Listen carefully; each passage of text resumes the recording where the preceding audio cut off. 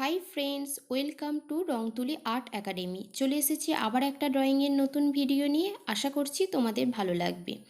তো চলো দেখতে থাকো আজকে আমরা কি শিখছি। আজকে আমরা শিখব ম্যাঙ্গো কিভাবে ড্রয়িং করতে হয়। ম্যাঙ্গো ড্রয়িং করতে গেলে অবশ্যই একটা সার্কেলের প্রয়োজন আছে, সেটাই আমি করলাম। কিভাবে করলাম দেখলে তো? বারবার ঘোরাবে পেন্সিলটা, আর পেন্সিলটা একটু লুজে ধরবে। তারপর নিচের দিকে কিছুটা অংশ বাদ দিয়ে দিলাম। তারপর সেই সার্কেলের অংশটা মুছে দিলেই একটা ম্যাঙ্গোর শেপ চলে আসছে, আর পাশ থেকে একটা পাতা ড্রয়িং করে নিয়েছি। ব্যাস, ড্রয়িং তো আমার কমপ্লিট। তোমরা একটু সার্কেল করাটা প্র্যাকটিস করবে, তাহলে তোমাদেরও ঠিক এইভাবেই তাড়াতাড়ি এবং খুব সহজে সার্কেল করা শিখে যাবে। ব্যাস, ড্রয়িং কমপ্লিট, স্কেচ কমপ্লিট। আমি ইরেজার করে নিচ্ছি, এরপর আমি কালারও চাপাবো। তো এই ধরনের যদি ছোট ছোট ড্রয়িং তোমরা বাচ্চাদের দেখাও, খুব ভালো। কেননা এতে তারা ড্রয়িংটা সম্পর্কেও জানতে পারছে, ড্রয়িংটা শিখতেও পারছে। কেননা সার্কেল আমাদের ড্রয়িংয়ের ক্ষেত্রে খুব ইম্পর্টেন্ট। তো ড্রয়িং সম্পর্কেও তারা শিখতে পারছে, প্লাস তারা কি করছে না, কালার তো বাচ্চাদের খুব ভালো লাগে। কালার তো অবশ্যই তাদের খুব ভালো লাগে, তো কালারটাও তারা শিখতে পারছে।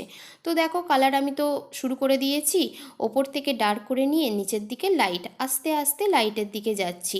আর কালার নিয়েছি আমি মিডিয়াম গ্রিন কালারটা। একদম খুব আস্তে আস্তে ধরে ধরে করেছি ধারগুলোকে। আমি ভিডিওটা একটু স্পিডে করেছি, তাই এরকম লাগছে। তারপর সেই মিডিয়াম অংশটা থেকে আমি লাইট গ্রিন কালারটা আবার ডার্ক করে নিয়ে ঘষছি। সেটাও ঠিক সার্কেল মোশনেই রঙটা ঘষছি। আর বাচ্চাদের অবশ্যই শেখাবে যে রঙ যেন দাগের বাইরে না বেরোয়, আর রঙের মধ্যে যেন যেখানে সাদা রাখতে চাই না সেরকম সাদা না থাকে। রঙ যত ঘষবে আর রঙ যত পেপারকে খাইয়ে ঘষতে পারবে, মানে ভালোভাবে ঘষবে, রঙ যেন এমন ঘষা শিখিও না যাতে রঙ উঠে যায় পেপার থেকে। তাহলে কি হবে, ছবির গ্লেজ নষ্ট হয়ে যাবে। তাই রঙ সবসময় পেপারের ওপর বসিয়ে বেশি চাপও দেবে না, বেশি লুজেও নয় কো। রঙটাকে ঘষবে, বারবার ঘষবে, তাহলে পেপারের মধ্যে রঙটা থাকবে, ছবির গ্লেজ লাগবে। এরপর লাইট গ্রিন কালারও আমার কমপ্লিট হয়ে গেছে। তারপর আমি ঠিক ওইভাবে সার্কেল মোশনে ইয়েলো কালার দিয়ে আমি পুরো ছবিটাকে মিশিয়ে নিচ্ছি। এরপর আমি পাতাটাকেও ড্রয়িং করব। হ্যাঁ, আবার দেখো আমি হলুদ রঙটা নিচের দিকে দিলাম। আমটা তো পাকা, পাকা ভাবটা তো বোঝাতে হবে না কি, নাহলে আর পাকা আম তো আমাদের সবাইয়েরই খুব প্রিয় হয়। তারপর আমি কি করব, পাশের পাতাটাকেও আমি ড্রয়িং করব।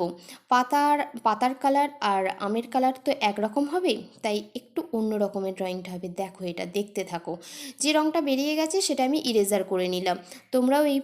তোমরাও এটাকে ব্যবহার করতে পারো, এটা খুব ভালো। এই রং বেরিয়ে যাওয়ার পর সেটাকে যদি ইরেজার করে নিয়ে রং করো বা পাশের জিনিসটা, তাহলে রঙটা ভালো হয়।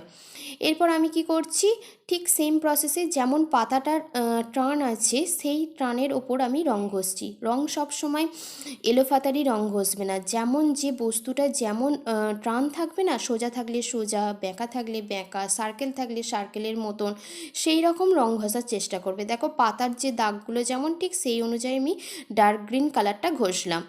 এরপর পাশ দিয়ে আমি কি করছি, মিডিয়াম গ্রিন কালারটা দিয়ে মিশিয়ে দিচ্ছি। তো পাতার কালার আর আমের কালার প্রায় এক হয়ে গেছে। তো সেক্ষেত্রে আমাকে একটু পাতা থেকে আমের কালারটা একটু আলাদা রাখতে হবে।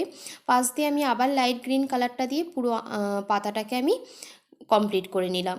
এরপর যে ইয়েটা আছে, পাতার যে ভেতরের যে দাগগুলো থাকে না, সরু সরু শিরার মতন, সেটাকে আমি ব্ল্যাক রং দিয়ে হালকা হালকা করে বার করে দিচ্ছি। এবং আমের একটা সেট পড়েছে পাতাতে, সেটাও আমাকে করতে হবে। সেটাও কিছুই না, ওই আমের ধার দিয়ে পাতার উপরে হালকা করে ব্ল্যাক রংটা ঘষে দিলেই দেখো পাতা আর আম দুটোর মধ্যে ডিফারেন্স এসে যাবে, আর কিচ্ছু না।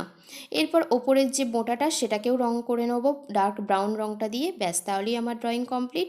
তো ড্রয়িং যদি তোমাদের ভালো লেগে থাকে, অবশ্যই লাইক, শেয়ার অ্যান্ড সাবস্ক্রাইব করো। আর থ্যাঙ্কস ফর ওয়াচিং।